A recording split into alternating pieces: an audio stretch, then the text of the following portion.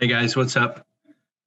Did you know that 3 out of 10 transactions that are put together, offers accepted, don't end up closing?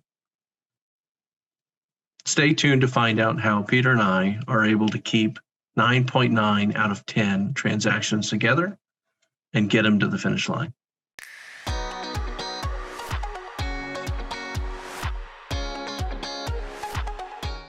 Hey guys, what's up? It's Alex Clark, the Clark Group of Keller Williams Realty. I'm here today to talk to you a little bit about the escrow process and the bumps in the road, the speed bumps, the hurdles that we have to get over, and how we're able to manage to get roughly every single transaction that we put together all the way to the finish line and closed.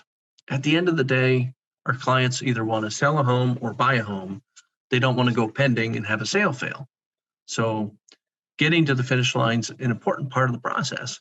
And quite frankly, we don't find 7 out of 10 acceptable. So I'm going to share my screen here. We're going to talk real briefly about the escrow process and the timing of everything. So when a deal comes together, essentially what has happened at that point is the buyers decided they want to buy a house and sellers decided they want to sell one. Buyer goes out and looks at houses and the seller's home hits the market. We play matchmaker and voila, an offer comes in. When that offer comes in, there's a price, there's terms, there's close dates, there's possession, there's inspection timelines, there's a whole bunch of different things as part of the offer. We'll help you evaluate as a seller, or if you're a buyer, we'll help you put together the most attractive offer that's going to protect you. Now that offer is either going to be financed or it's going to be cash. If it's cash, we require proof of funds showing that the buyer actually has the funds in their own bank account. Okay. If they don't have it in their bank account, let's say it's going to come from 401k and they're going to take it out of retirement. Well, we need a snipped image of that.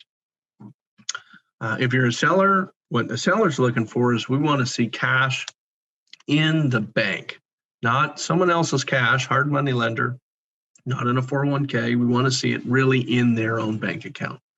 Now, if it's not cash, it's going to be getting a mortgage, right? And most of the deals that we do have a mortgage along with them. Now, when the buyer submits their offer, they're either going to submit an approval letter or a pre-qualification letter. Long story short is pre-qualifications like the credit card offers you get in the mail, and a pre-approval is what we're looking for from the seller, or as on the seller's side. And a pre-approval letter is really what you want to offer as a buyer.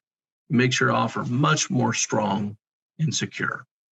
The difference really is how much time and energy the buyers put into the process up until that point. Pre-approval means the buyers talked to the lender, they've pulled credit, they've verified income and assets. Everything's good to go.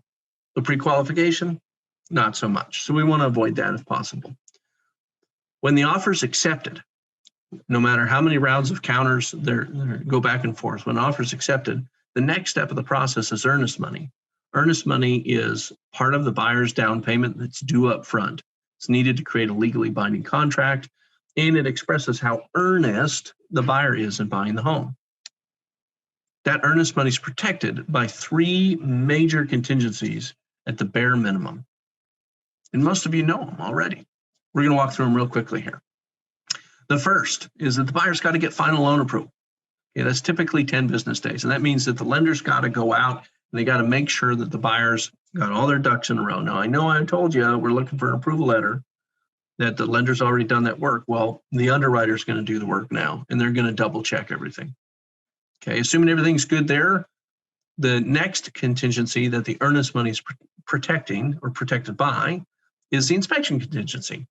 And the inspection contingency is typically 10 business days and runs alongside of that final loan approval contingency. So they're going together, okay, in sequence. The inspection contingency, the buyer's probably going to do a whole house inspection, probably going to do a sewer scope, probably going to do a radon test. Depending on the age of the home, the style of the home, they may do well and septic. They might also be doing tank sweep. They may do a soil sample test. There's a lot of inspections. All in, the buyer's probably spending anywhere between a minimum $500 to $600. And if it's like every inspection in the world, they may be spending $1,200 to $1,500. So it's a pretty big investment. Now, that 10 business days that the buyer has for their inspections, that's not only to do them, that's to negotiate any repairs. And so we want to get through that as quickly as possible, both on the seller side and the buyer side, quite frankly. If a deal is going to fall apart, historically, what I've seen is that it falls apart during the inspection period. So once you've removed that inspection contingency, that's a big milestone. And you're on your way to closing at that point. Now, there's one more hurdle to get over. It can be a real deal killer. That's the appraisal. Now, appraisals are super expensive right now, between $750 and $1,000. On Facebook, just yesterday, I was looking at a post where an appraiser was offered $4,200 just to do an appraisal. There's a high demand for appraisals based on all the refis that are going on out there, and there's a low number of appraisers. So when you have a supply and demand issue, what happens? The price goes up, just like housing prices.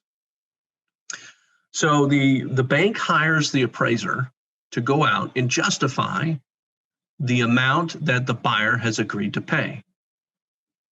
That's different than appraising the value of the home.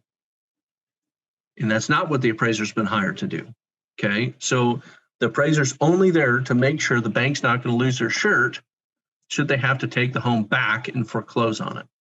That's the only job of the appraiser. Now, we've heard rumors out there in the marketplace that appraisers are killing deals by coming in with low appraisal values. Thankfully, our clients haven't had to deal with that yet. But hypothetically, what could happen is if, let's say, you're a seller and you've sold the property at $400,000, the appraisal comes in at $390,000. That's a $10,000 problem.